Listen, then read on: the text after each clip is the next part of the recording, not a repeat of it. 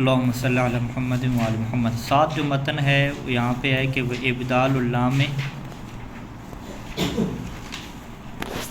میمن لغت حمیریت، لام کو میم میں بدل دینا یہ عربوں میں ایک لہجہ رہا ہے میری قبیلے کا، اس کو کیا بیان کر رہے ہیں۔ لغت حمیر ابدال اللام المیمن،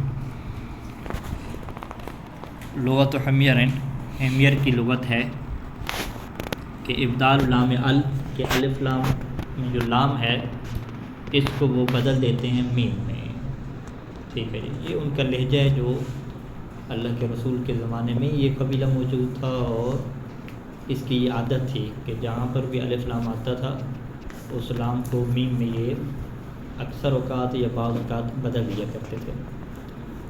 اور یہاں پہ ابن شام یہ کہتے ہیں کہ روایات میں ہمارے پاس یہ چیز موجود ہے کہ اللہ کے نبی صلی اللہ علیہ وآلہ وسلم نے اس قبیلے کے لہجہ کے مطابق گفتگو کی ہے، ٹھیک ہے جی۔ یعنی جیسے وہ الف لام کو لام کو میم میں بدل دیتے تھے، ایسے ہی اللہ کے نبی نے بھی احادیث جب بیان کی، لوگوں کو دینی احکام بیان کیے تو اس میں اسی لہجے کو اپنایا ہے۔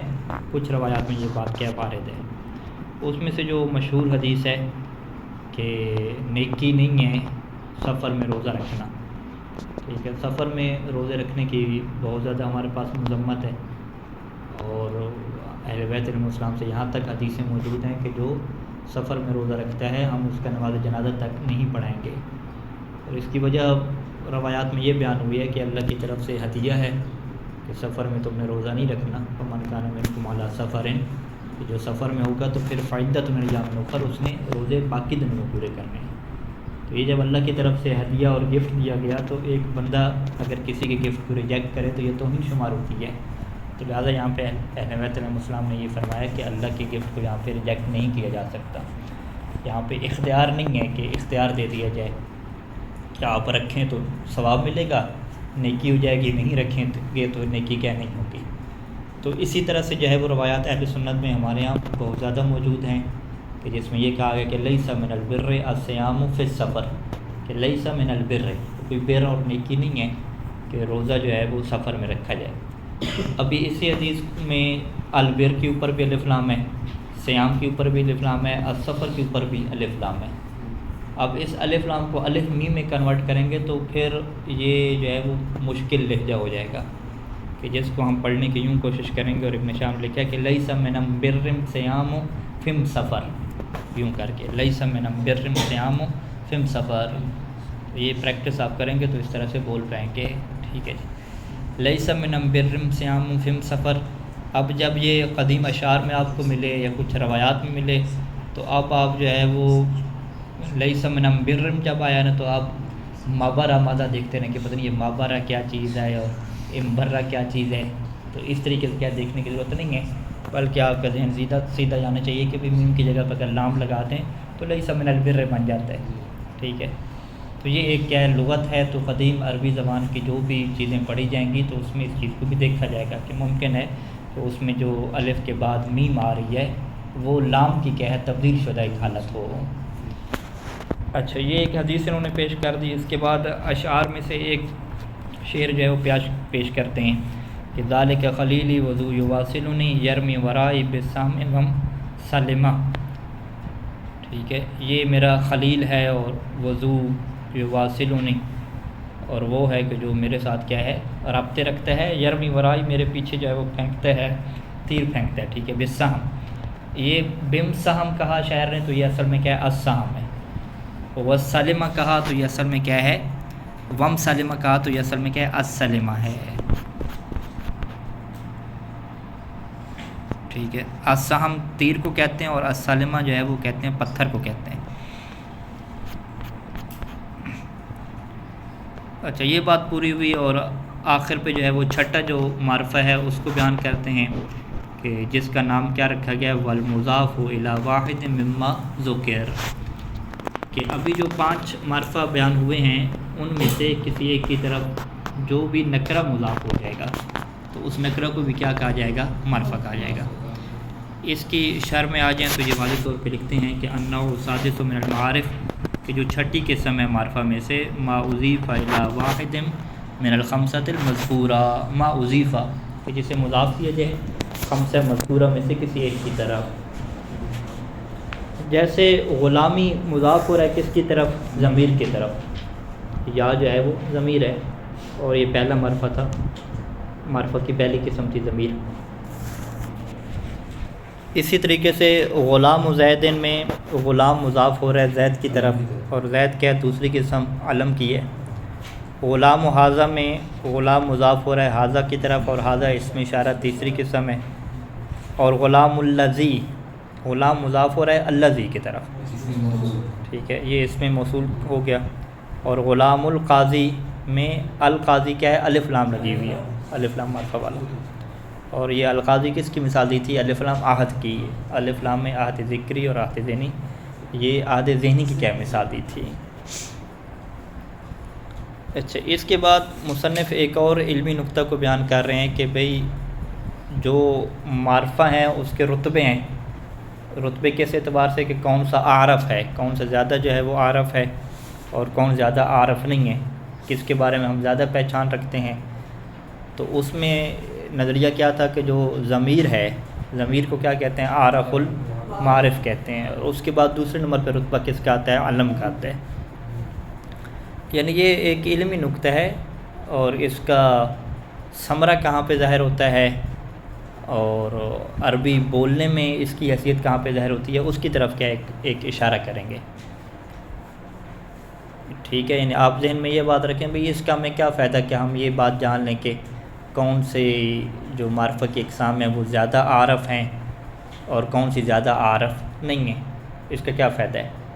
تو جیسے ضمیر میں اس کا فائدہ ظاہر ہوا تھا کہ ضمیر کے اندر ہم نے کہا تھا کہ جو متکلم کی ضمیر ہے وہ عارف الضمائر ہے، مخاطب کی ضمیر اس کے بعد ہے، پھر غائب کی اس کے بعد ہے. اور پھر وہاں پہ یہ بحث ہوئی تھی کہ ضمیر متصل آ جاتی ہے، دونوں ضمیریں آ جاتی ہیں تو پہلی عارف ہو دوسری عارف ہو. اس اعتبار سے قوانین طے ہوئے تھے کہ کیسے عربی زبان بولی جائے گی. ٹھیک ہے جی. اور اسی کے اوپر ہی کیا ہے خطرناک قسم کے سوال بنتے ہیں طلاب کو الجھانے والے، وہ آپ دوبارہ سے کیا ہے ایک ذہن میں چیز کو تازہ کریں گے.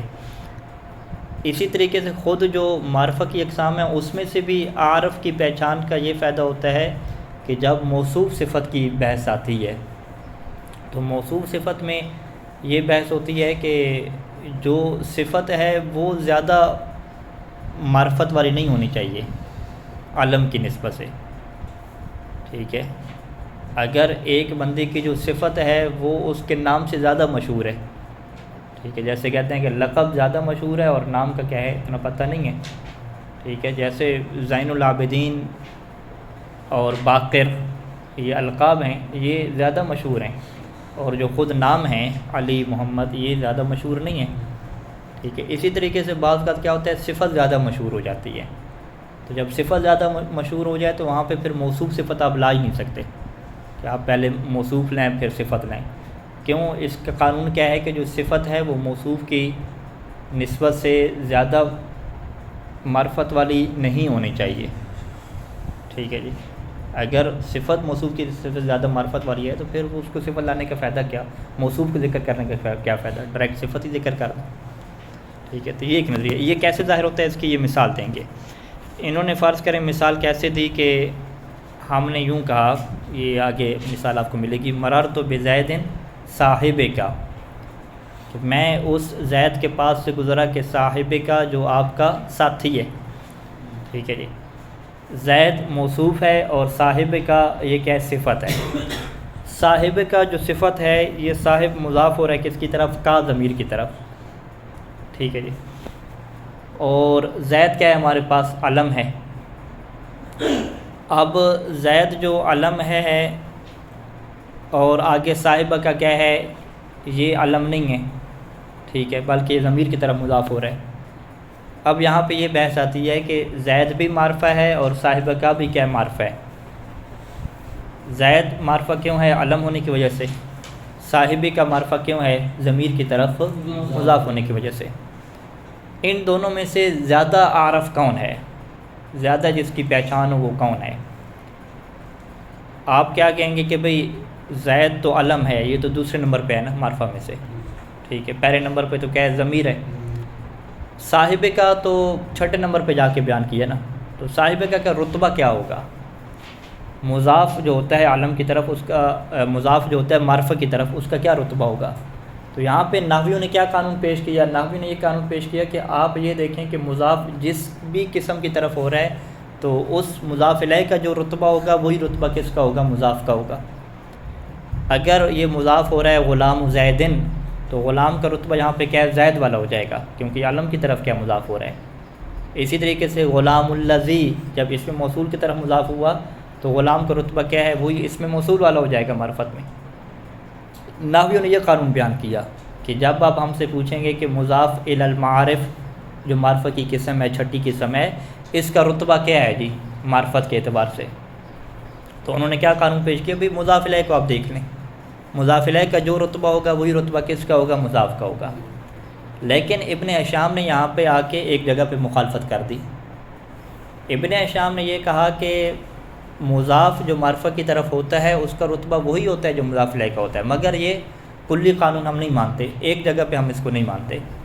وہ کون سی جگہ ہے؟ کہ جب یہ مضاف ہو ضمیر کی طرف، جب نکرہ مضاف ہو ضمیر کی طرف تو اس کا رتبہ کیا ہونا چاہیے؟ نحوی کیا کہیں گے؟ اس کا رتبہ وہی ضمیر کا ہونا چاہیے، اور ضمیر کیا ہے؟ عارف المعارف ہے۔ لیکن ابن ہشام کیا کہیں گے؟ نہیں، اس کا رتبہ ضمیر کا نہیں ہوگا، اس کا رتبہ علم کا ہوگا، ٹھیک ہے۔ یعنی یہ عجیب سی بات ہوگی کہ مضاف ہو رہا ہے وہ ضمیر کی طرف، مضاف الیہ میں ضمیر لگی ہوئی ہے، لیکن مضاف کو رتبہ ضمیر والا نہیں مل رہا، بلکہ مضاف کو رتبہ کس کا مل رہا ہے؟ علم والا مل رہا ہے۔ اور اس کے لیے وہ یہی مثال لے کر آتے ہیں، مررت بزید صاحب کا، ٹھیک ہے۔ وہ کہتے ہیں کہ بھئی صاحب کا رتبہ آپ یہاں پہ بیان کریں کیا ہوگا؟ اگر آپ نحویوں کی بات کریں کہ صاحب جو مضاف ہو رہا ہے ضمیر کی طرف تو اس کا رتبہ ضمیر والا ہو جائے گا، بس پھر کیا ثابت ہو جائے گا کہ جو صاحب کا صفت ہے اس کا رتبہ ضمیر والا ہے، اور جو موصوف علم ہے زید اس کا رتبہ کیا علم والا ہے، اور ضمیر کیا علم کی نسبت سے زیادہ معرفت والی ہوتی ہے۔ تو بس یہ ثابت ہو جائے گا کہ آپ نے صفت کو زیادہ معرفت والا کیا ہے استعمال کیا یہاں پہ، یعنی صفت ایسی لے کر آئے ہیں کہ جو موصوف کی نسبت سے زیادہ معرفت والی ہے۔ اور یہ عربی زبان میں یا کسی بھی زبان میں اس طرح کی بات نہیں ہوتی کہ صفت آپ ایسی لے کر آئیں کہ جو زیادہ کیا ہے معرفت والی ہو، نہیں، صفت زیادہ معرفت والی نہیں ہوتی۔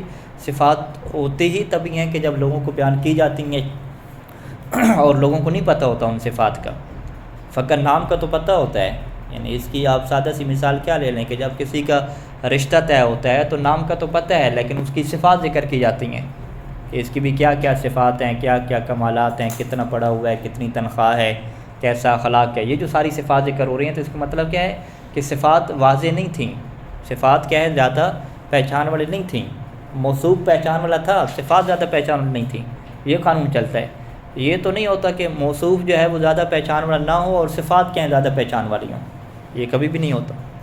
تو لہٰذا جب موصوف صفت میں یہ کام چل رہا ہے کہ زید علم کے طور پہ موصوف بن رہا ہے اور صاحب کا جو مضاف الی ضمیر ہے اس کی صفت بن رہی ہے، تو صفت کو آپ علم سے بڑا درجہ آپ نہیں دے سکتے۔ اگر آپ علم سے بڑا درجہ دیں گے تو یہ پھر جو گفتگو کرنے کے آداب ہیں، سلیقے ہیں، ان سے بات نکل جاتی ہے کہ آپ صفت ایسی لے کر آ رہے ہیں کہ جو علم سے زیادہ کیا اگلے کو زیادہ پتہ ہے، ٹھیک ہے، پھر صفت اس کو صفت کہتی نہیں۔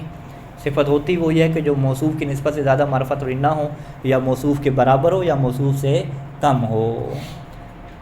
تو یہ دلیل جو مصنف نے دی ہے اس کو کیا کہتے ہیں کہ کیا مضاف الی المعارف کا رتبہ اسی کی طرح ہوگا کہ جو مضاف الیہ میں آ رہا ہے، یا اس کی طرح نہیں ہوگا؟ تو ہم کیا کہیں گے، ابن ہشام کا کیا نظریہ ہے کہ اسی کی طرح ہوگا، سوائے ایک صورت میں کہ جب یہ ضمیر کی طرح مضاف ہوگا تو پھر اس کا رتبہ ضمیر والا نہیں ہوگا، بلکہ اس کا رتبہ کیا ہوگا؟ علم والا ہوگا۔ واضح نقطہ انشاءاللہ۔ اب آ جائیں عبارت میں، وہ رتبتہ فی التعریف کا رتبت ما اضیف الیہ، یہ قانون ہو گیا۔ وہ رتبتہ کس کا رتبہ؟ یعنی مضاف جو ہو رہا ہے، یہ جو مضاف ہو رہا ہے معارف کی طرف، اس کا رتبہ تعریف کے اندر، تعریف کے حساب سے کا رتبت ما اضیف الیہ، وہ اسی رتبے کی طرف ہے کہ ما اضیف الیہ کہ جو اس کی طرف کیا اضافت دیا جا رہا ہے، ٹھیک ہے جی، یعنی مضاف الیہ کے اعتبار سے۔ فالمضاف الی العلم فی رتبۃ العلم، پس جو علم کی طرف مضاف ہوگا اس کا رتبہ علم والا ہوگا. والمضاف الی الاشارۃ فی رتبۃ الاشارۃ، جو اشارے کی طرف مضاف ہے وہ اشارہ کے رتبہ میں ہے. وکذا باقی، اسی طریقے سے باقی سارے. الا، مگر یہاں پہ ایک الا لگائیں گے ابن شام کہ یہ قانون کلی نہیں ہے. الا، مگر کہاں پہ ایسا نہیں ہوگا؟ الا المضاف الی المضمر، مگر جو مضمر کی طرف مضاف ہوتا ہے نا وہاں پہ یہ قانون نہیں چلے گا. فلیس فی رتبۃ المضمر، جو مضاف الی المضمر ہے وہ مضمر کے رتبہ میں نہیں ہے، ضمیر کے رتبہ میں نہیں ہے. وانما هو فی رتبۃ العلم. یہ مصنف کا کیا ہو گیا؟ دعویٰ ہو گیا. دلیل، والدلیل علی ذالک، دلیل دے رہے ہیں اس بات کی طرف کہ انک تقول، کہ آپ یہ جملہ کہتے ہیں مررت بزید صاحب کا، یعنی انک تقول کا کیا مطلب ہوتا ہے کہ یہ جملہ غلط نہیں ہے، درست ہے.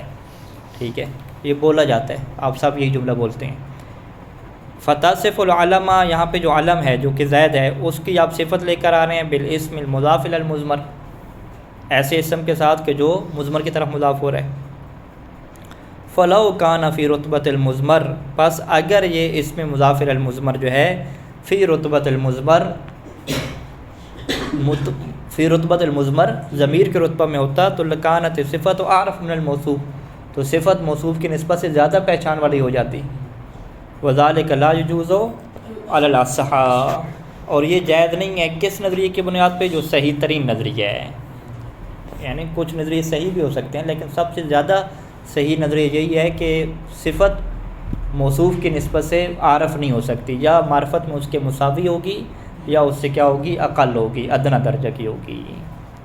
اچھا، یہاں تک بات معرفہ کی ختم ہوتی ہے اور آگے مبتدا خبر کی بحث ہے. آج مبتدا اور خبر کی فقط تعریف کے ہم پڑھیں گے. یہ جب دو علم ہو گئے، ایک یہ والا جو زمین کی طرف مضاف ہوا ہے اس کا رتبہ علم ہو گیا، اور ایک پہلے سے بڑا علم ذکر ہے، تو یہ دو علم ہو گئے، پھر ان میں مقدم و مؤخر کس کو کریں؟ ایک ہی ہم رتبہ تو آ سکتے ہیں،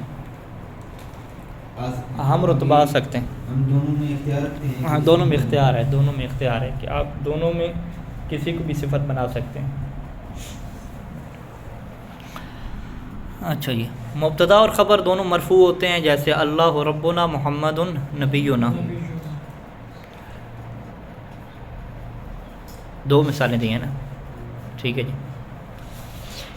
مبتدا کی تعریف جی، هو الاسم، مبتدا اسم ہوتا ہے، المجرد خالی ہوتا ہے، عن العوامل اللفظیت، عوامل لفظیہ سے خالی ہوتا ہے، اور للاسناد، اسناد کے لیے ہوتا ہے. تین جو ہیں وہ شرائط یہاں پہ آ رہی ہیں، بلکہ تین حصے آپ تعریف کر رہے ہیں. ایک اسم، دوسرا مجرد عن العوامل لفظیہ، اور تیسرا کیا ہے؟ اسناد. ہر ایک کی وضاحت کر رہے ہیں. فالاسم جنس، اسم یہاں پہ جنس ہے جو تعریف میں جنس اور کلی استعمال ہوتی ہے. یشمل الصریح، اس اسم سے مراد جنس ہے جو صریح کو بھی شامل ہے. صریح کیا مطلب؟ اسم صریح جسے ہم کہتے ہیں. جیسے زید ہے اس مثال میں، زید قائم میں زید مبتدا ہے جو کہ اسم صریح ہے. والمؤول، یعنی یشمل الصریح والمؤول، مؤول بالاسم ہوتا ہے، مؤول بالمصدر ہوتا ہے. ٹھیک ہے، اس اسم کو بھی شامل ہے کہ جو اسم کیا ہو؟ تعویل شدہ ہو، اسم ہو نہیں لیکن جو تعویل کی گئی ہے تو وہ آخر پہ اسم بن گیا ہے، وہ مصدر ہی ہوتا ہے. اس میں مصدر تو نہیں، مصدر کہتے ہیں، مصدر خود اسم کہلاتے ہیں. وَأَن تَصُومُوا، یہ ان تصومو کیا ہے؟ ان تصومو، یہ ان تصومو کیا ہے؟ اسم ہے. ٹھیک ہے، آپ کیا کہیں گے کہ ان تو یہاں پہ کیا ہے؟ حرف ناصب ہو گیا. تصومو کیا ہے؟ یہ فعل مضارع ہو گیا، جملہ فعلیہ ہو گیا. تو یہ پورا کا پورا کیا ہو گیا؟ اسم ہو گیا. ہم کہیں گے ہاں یہاں پہ جو ان ہے یہ ان مصدریہ ہے جو خود اپنے ما بعد کے ساتھ مصدر میں بدل جائے گا. یعنی ان تصومو کی جگہ پہ اصل میں جملہ کیا ہے؟ صیامکم یا صومکم. ٹھیک ہے. وَأَن تَصُومُوا خَيْرٌ لَكُمْ فَإِنَّهُ مُبْتَدَأٌ، تو یہاں پہ ان تصومو کیا ہے؟ مبتدا ہے، مخبر عنہ بخبر، اور اس کی خبر، اس سے خبر دی جا رہی ہے ایک خبر کے ذریعے سے، یعنی خیر لکم کیا ہے؟ اس کی خبر ہے. اچھا، مجرد کی قید کیوں لگائی جی؟ کہتے ہیں وخارج بالمجرد نحو زید فی کان زید عالما. کان زید عالما میں زید کیا ہے؟ مبتدا نہیں کہلائے گا، کانا کے اسم کہلائے گا. اس کی وجہ کیا ہے کہ فإنه لم يتجرد عن الأوامر اللفظیہ، کیونکہ زید اوامر لفظیہ سے خالی نہیں ہے. ونحو ذلک قولک فی العدد، اور اسی طرح سے آپ کا یہ قول عدد میں کہ واحد اثنان ثلاثۃ، یہ بھی کیا ہے مبتدا نہیں کہلائے گا. کیوں؟ فإنها وإن تجردت، اگرچہ یہ عوامل لفظیہ سے خالی ہے، لیکن لا اسناد فیہ، لیکن اس کے اندر اسناد نہیں ہے. اچھا، یہ جو جملہ ہے نا نحو قولک فی العدد سے لے کر لا اسناد فیہ، اس کو ابن شام کو کہاں پہ بیان کرنا چاہیے تھا؟ جب اسناد کی قید کو بیان کرتے. ٹھیک ہے جی. ابھی وہ کس قید کو بیان کر رہے تھے؟ مجرد عن العوامل لفظیہ کی قید کو بیان کر رہے تھے نا. تو واحد اثنان تو مجرد ہے نا. ٹھیک ہے جی، مجرد تو ہے عوامل لفظیہ سے، لہٰذا دوسری شرط تو پوری ہے. اس کے اندر کون سی شرط پوری نہیں ہے؟ تیسری والی شرط پوری نہیں ہے کہ مسند لائے وہاں پہ کیا ذکر نہیں ہے. ٹھیک ہے جی، لہٰذا اس کو تیسری کے تحت کیا ہونا چاہیے تھا، وہاں سے خارج کرنا چاہیے تھا. ودخل تحت قولنا للاسناد، یہ جو ہم نے للاسناد کی بات کی ہے، اس میں کون سی چیزیں داخل ہوتی ہیں، کون سی چیزیں خارج ہوتی ہیں. تو للاسناد کی وجہ سے واحد اثنان ثلاثۃ یہ سارے خارج ہو جائیں گے. ٹھیک ہے، کیونکہ وہ اسناد نہیں ہے، مسند نہیں ہے. اچھا، اور داخل کیا ہو جائیں گے؟ داخل یہ ہو جائیں گے کہ اذا کان المبتدا مسند الیہ ہے، کہ مبتدا جب مسند الیہ ہوگا، ما بعدہ مسند الیہ ما بعدہ، مسندن الی المبتدا ما بعدہ، مسندن ما بعدہ، یعنی مبتدا کے بعد جو چیز آ رہی ہے وہ مسند ہوگی الیہ مبتدا کی طرف. مسند کسے کہتے ہیں؟ مسند کا ترجمہ اردو میں کیا کرتے ہیں؟ نسبت. ہاں، نسبت دی جاتی ہے، حکم لگایا جاتا ہے، حمل کیا جاتا ہے. منطق میں سے حمل کہتے ہیں نا. ٹھیک ہے جی، یعنی آپ زید قائم منطق کے اعتبار سے گفتگو کریں تو وہ کہتے ہیں یہ قائم کو ہم نے حمل کیا ہے زید کے اوپر. ٹھیک ہے، نحوی کیا کہیں گے کہ یہ قائم کا اسناد کیا ہے کس کی طرف؟ زید کی طرف. ٹھیک ہے، اردو میں ہم کیا کہیں گے کہ قائم کی ہم نے نسبت دی ہے کس کی طرف؟ زید کی طرف. تو یہ ایک ہی باتیں ہیں. تو جب قائم کی نسبت دی جا رہی ہے تو قائم کیا ہو جائے گا؟ مسند ہو جائے گا، یعنی اس کی ہم نسبت دے رہے ہیں. اور جس کی طرف نسبت دے رہے ہیں اسے ہم کیا کہیں گے؟ مسند الیہ کہیں گے. مثلا یہی ہے ضرب زید میں، ضرب زید میں ضرب کی نسبت ہم نے دی ہے زید کی طرف، تو زید کیا بن جائے گا؟ مسند الیہ بن جائے گا. اور ضرب کیا بن جائے گا؟ مسند بن جائے گا. یعنی یہ قانون نہیں ہے کہ آپ کہیں کہ مسند الیہ پہلے نمبر پہ ہوتا ہے. ٹھیک ہے، مسند الیہ دوسرے نمبر پہ بھی آ سکتے ہیں، جیسے ضرب زید میں آ گیا. ٹھیک ہے، زید کیا دوسرے نمبر پہ آ گیا نا. ٹھیک ہے، یعنی موضوع اور محمول ہوتا ہے نا. تو موضوع محمول بعد میں بھی آ سکتے ہیں. پہلی چیز موضوع زید قائم میں موضوع جو ہے وہ زید ہے، محمول اس کے بعد میں آ گیا. ضرب زید میں ضرب کو اپنے حمل کی زید کے اوپر، تو زید جو موضوع واقعہ ہو رہا ہے وہ کیا ہے؟ بعد میں آ گیا. ٹھیک ہے، تو یہ نظام پہلے بات کا نہیں ہے. اصل یہ دیکھا جاتا ہے کہ جو حدث ہے، جو ایک فعل اور ایکٹ ہے، اس کی نسبت کس کی طرف دی جا رہی ہے. تو جس ذات کی طرف نسبت دی جا رہی ہوگی، جس چیز کی طرف نسبت دی جا رہی ہوگی وہ مسند الیہ کہلایا جائے گا، اور جس کی نسبت دی جا رہی ہوگی وہ مسند ہوگا. تو یہ نقطہ کیا ہے انشاءاللہ واضح ہونا چاہیے، کنفیوز نہیں ہونا چاہیے اس میں. اچھا، زید قائم میں زید مبتدا ہے اور یہ مسند الیہ واقعہ ہو رہا ہے، تو لہذا للاسناد میں اسناد کی مراد کیا ہے؟ مسند الیہ. مسند الیہ بھی اسی کے اندر آ جائے گا. اور کیا چیز آ جائے گی؟ وما اذا کان المبتدا مسندا، اور وہ بھی آ جائے گا کہ جب مبتدا مسند بنے الی ما بعد، اپنے بعد کے لیے، یعنی مبتدا خود مسند ہو جائے اور اس کا ما بعد کیا ہو جائے؟ مسند الیہ ہو جائے. ٹھیک ہے، اس کی مثال کیا ہے؟ اقائم الزیدان. ٹھیک ہے، یہاں پہ قائم جو صفت ہے حمزہ کے اوپر اعتماد کر کے آئی ہوئی، حمزہ استفہام کے اوپر. تو قائم ان کی ترکیب میں کیا واقعہ ہو رہی ہے؟ حیثیت کہ قائم کی نسبت دی جا رہی ہے. جب نسبت دی جا رہی ہے تو مسند ہے، تو آپ کیا کہیں گے؟ بھئی مبتدا تو کیا ہوتا ہے؟ مسند الیہ فقط ہوتا ہے. نہیں، یہ بات کیا غلط ہے؟ دونوں ہو سکتے ہیں. لہذا ابن شام کیا کہتے ہیں کہ اگر کوئی آپ سے یہ کہے کہ جی مبتدا کیا ہوتی ہے، اور وہ آپ کو کہے کہ مبتدا ہمیشہ مسند الیہ ہوتی ہے، اس کی طرف کسی چیز کی نسبت دی جاتی ہے، کیونکہ لفظی طور پہ یہی بات لگتی ہے نا، مبتدا خبر. جب مبتدا خبر کی بات آتی ہے تو آپ کیا کہتے ہیں کہ خبر وہی ہوتی ہے جو مسند ہوتی ہے، خبر کی نسبت جس کی طرف دی جائے گی وہ مسند الیہ ہو جائے گی. تو لہٰذا قانون کیا ذہن میں آتا ہے کہ مبتدا ہمیشہ مسند الیہ ہوگی. واضح. لیکن ابن ہشام نے اس چیز کو رد کیا کہ مبتدا ہمیشہ مسند الیہ نہیں ہوتی. کبھی مبتدا مسند الیہ ہوگی جیسے زید قائم میں ہے، اور کبھی مبتدا مسند ہوگی جیسے اقائم زیدان ہے. تو قائم کو یہاں پہ ہم کیا کہیں گے؟ مبتدا کہیں گے، اور یہ کیا کہلائے گی؟ مسند کہلائے گی. ٹھیک ہے جی. خبر کی بھی تعریف آ رہی ہے. ٹھیک ہے. الزیدان یہ خبر واقعہ ہو رہی ہے یا نہیں ہو رہی؟ اس سوال کا جواب کیا ہے؟ آگے خبر کی تعریف میں کیا واضح ہوگا.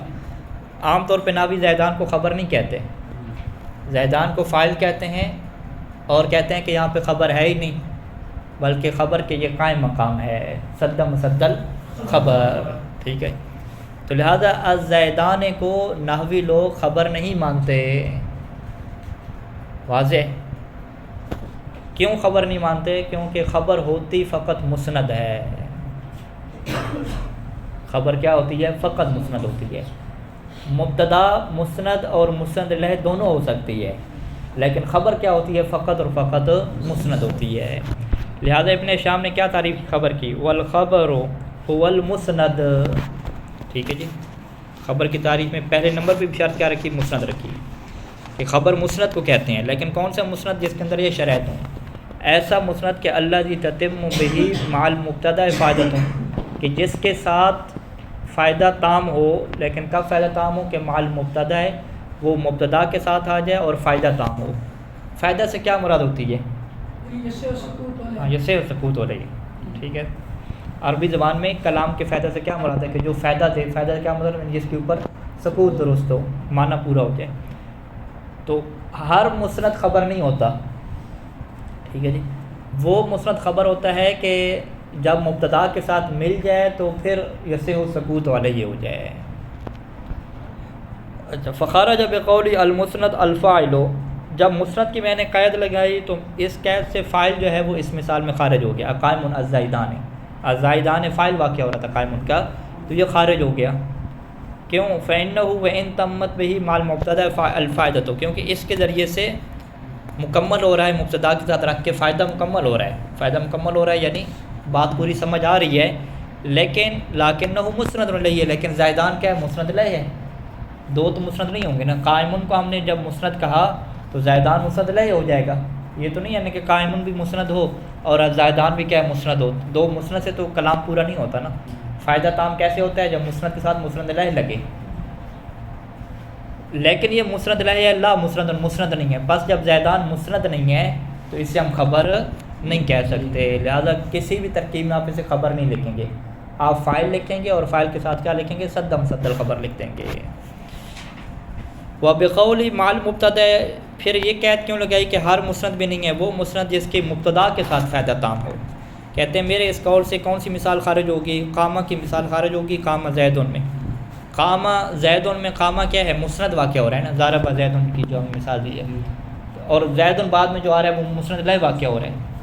تو یہ جو مسند ہے یہ اپنے مسند الیہ کے ساتھ مل کے پورا فائدہ دے رہا ہے، جملہ کمپلیٹ ہو رہا ہے. لیکن اس کے باوجود اس مسند کو ہم خبر نہیں کہہ سکتے. کیوں؟ کیونکہ اس کی مبتدا ہے ہی نہیں یہاں پہ. تو اس مسند کو خبر کہتے ہیں کہ جو مبتدا کے ساتھ جڑ کے کلام کو تام کرے.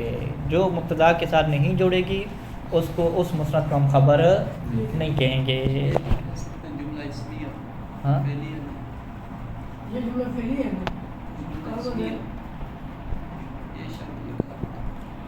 ہاں بات ہے کہ آپ کے جملہ اسمیہ ہو، جملہ اسمیہ ہو یعنی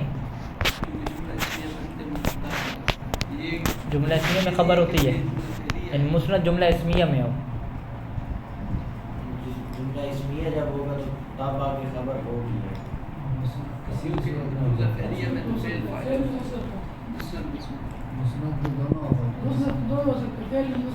اچھا. وہ حکم المبتدا والخبر رفع، رفع جو ہے یہ مبتدا اور خبر دونوں کا حکم کیا رفع ہے کہ یہ دونوں کیا ہوتے ہیں؟ مرفوع ہوتے ہیں.